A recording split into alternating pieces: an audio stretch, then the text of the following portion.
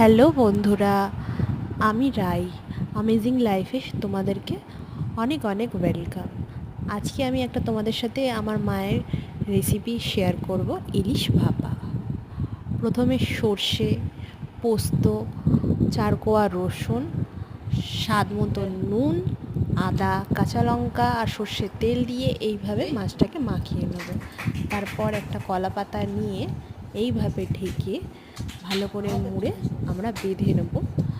বাঁধার জন্য ব্যবহার করব কলা পাতার যে ডান্ডাটা থাকে, ওটাকে সরু করে কেটে নেব। ভিডিওতে একদম যেভাবে দেখাচ্ছে সেইভাবে তোমরা করে নিতে পারো। তোমাদের ওখানে যে যেখান থেকে ভিডিওটা দেখছে ওখানে কিভাবে এই রেসিপিটাকে করে সেটাকে আমাকে কমেন্ট সেকশানে জানিও। ভিডিওটা দেখতে থাকো। আর এইটাই হচ্ছে আমাদের কাছে সহজ পদ্ধতি, আমরা এইভাবেই খেয়ে থাকি। রান্নাটা জলদি হয়, তাড়াতাড়ি হয়ে যায়। তো এই ডান্ডাটা দিয়ে, মানে কলা পাতার আর কি ডান্ডাটা দিয়ে মা এইভাবে শক্ত সমর্থ করে বেঁধে নিচ্ছে, যাতে পাতাটা খুলে না যায়। পাতাটা খুলে গেলে কিন্তু রান্নাটা একদমই নষ্ট হয়ে যাবে। এই যে এইভাবে একটা সাইড বেঁধে নিচ্ছে। খুবই সহজ রেসিপি, তোমরা বাড়িতে প্রথম যারা বানাচ্ছ তারা বানিয়ে দেখতে পারো। তারপর আর একটা সাইড এইভাবে বেঁধে নেবে। দেখে নাও বন্ধুরা, বাঁধায় যেন ভুল না হয়।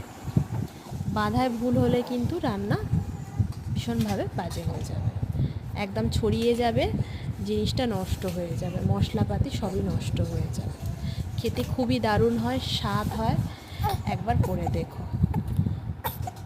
এই নিয়ে কড়ার মধ্যে দিয়ে হালকা আঁচে বসিয়ে রাখো।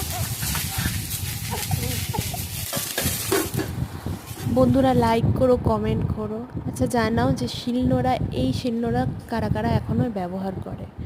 এই যে হয়ে গেছে, এটা দেখতে ভালোই লাগবে। একবার খুলে আপনাদেরকে দেখিয়ে দিচ্ছে মা। খুবই গরম, খুলতে অসুবিধা হচ্ছে। একদম গরম গরম নামিয়েছে। গরম গরমই খাবেন, ভাতের সাথে খুবই ভালো লাগবে। রেসিপিটা কেমন হয়েছে জানাবেন কমেন্ট সেকশনে। ধন্যবাদ।